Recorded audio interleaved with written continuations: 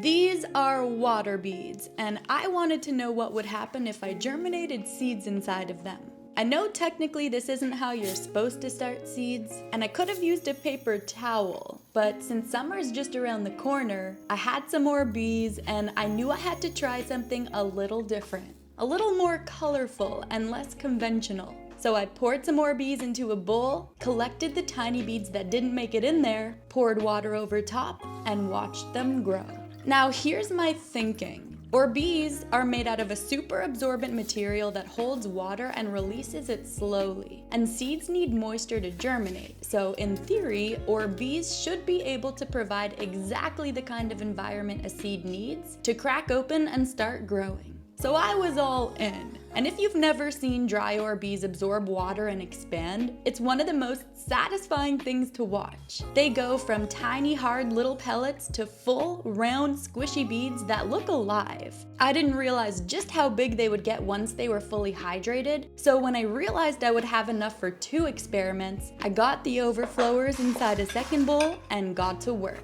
I decided I would plant some bush beans, lima beans, candy roaster squash, corn, and snap peas. A full summer lineup that I won't even eat if they really grow. And on that note, this is probably a good time to mention that I'm not germinating all of my seeds in Orbeez, just these select few to experiment with, because Orbeez aren't exactly food safe. So this is purely to track the progress of this wacky experiment, which I'm actually doing in my app. And all my other seeds will be grown in regular soil. So in the first bowl, I added squash, 2 varieties of bush beans, and king of the garden lima beans. I nestled and pushed each seed down a bit with my fingers to make sure they would get squished right in between the moisture of the beads on all sides. And then in my second bowl, I added the corn and snap peas. Gave it a mix, added a bit more water to hydrate the beads more, and then I covered each bowl with a lid to secure the air and keep the humidity in. Of course, I wanted to make sure I gave the seeds the proper environment to actually sprout, and I waited for 5 days. Last year I did this experiment too, but I didn't cover the tops of my bowls, so the seeds didn't end up sprouting. But this year, sealing the bowls properly should be the perfect solution for this to work because it creates a little greenhouse effect inside.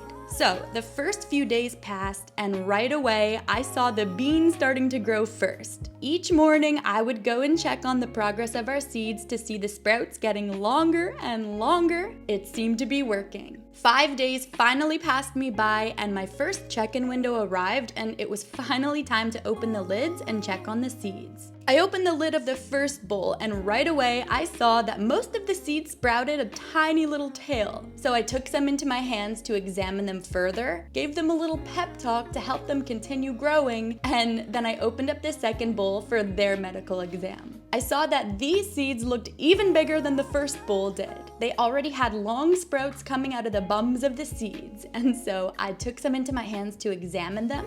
Now, I find the bigger seeds always germinate better inside water beads than the smaller ones. The larger the seed, the more stored energy it has, and the faster it cracks open and starts reaching for something. So it was definitely cool to see those seeds really sprouting. I was very content with the progress so far. The tails had grown, and not just a little, significantly. They were visible, they were white and healthy, there was no mold. The Orbeez were basically doing exactly what I'd hoped they do on the very first try. I could have planted them in soil right here and now. The roots were established enough, but I wanted to see just how far the Orbeez could take them. So I put them back in the bowl and decided to wait another week. And you know how I mentioned that Orbeez aren't exactly food safe, so I'm only doing this with a select few seeds purely for the experiment? Well, it's actually also kind of ironic because Orbeez were originally invented for gardening and farming.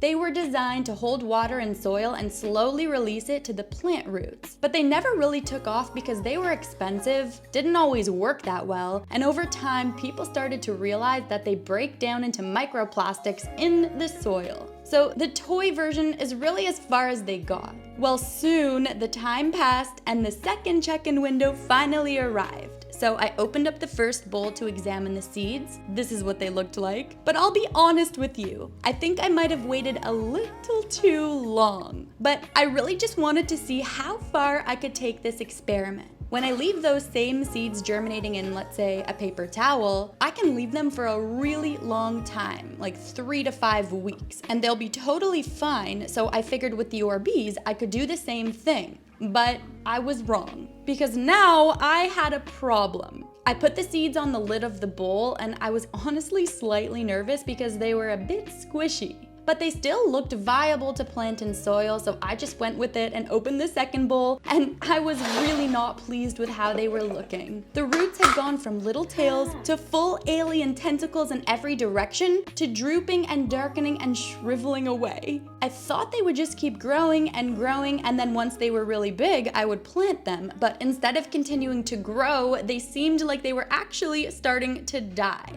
Oh man. It turns out that without soil, there's nothing for the roots to anchor onto once they get past a certain point. But here's the thing, it still worked against all convention and against all usual gardening advice. Orbeez did germinate my seeds, and every single variety showed growth. So I decided I would still plant them in soil. I got my little grow container, fluffed up the soil, and carefully started transferring each seedling from the Orbeez into the soil one by one. And honestly, it was looking pretty good at this point. And now, the only thing I'm thinking of is what would happen if I tried germinating seeds inside of tapioca next?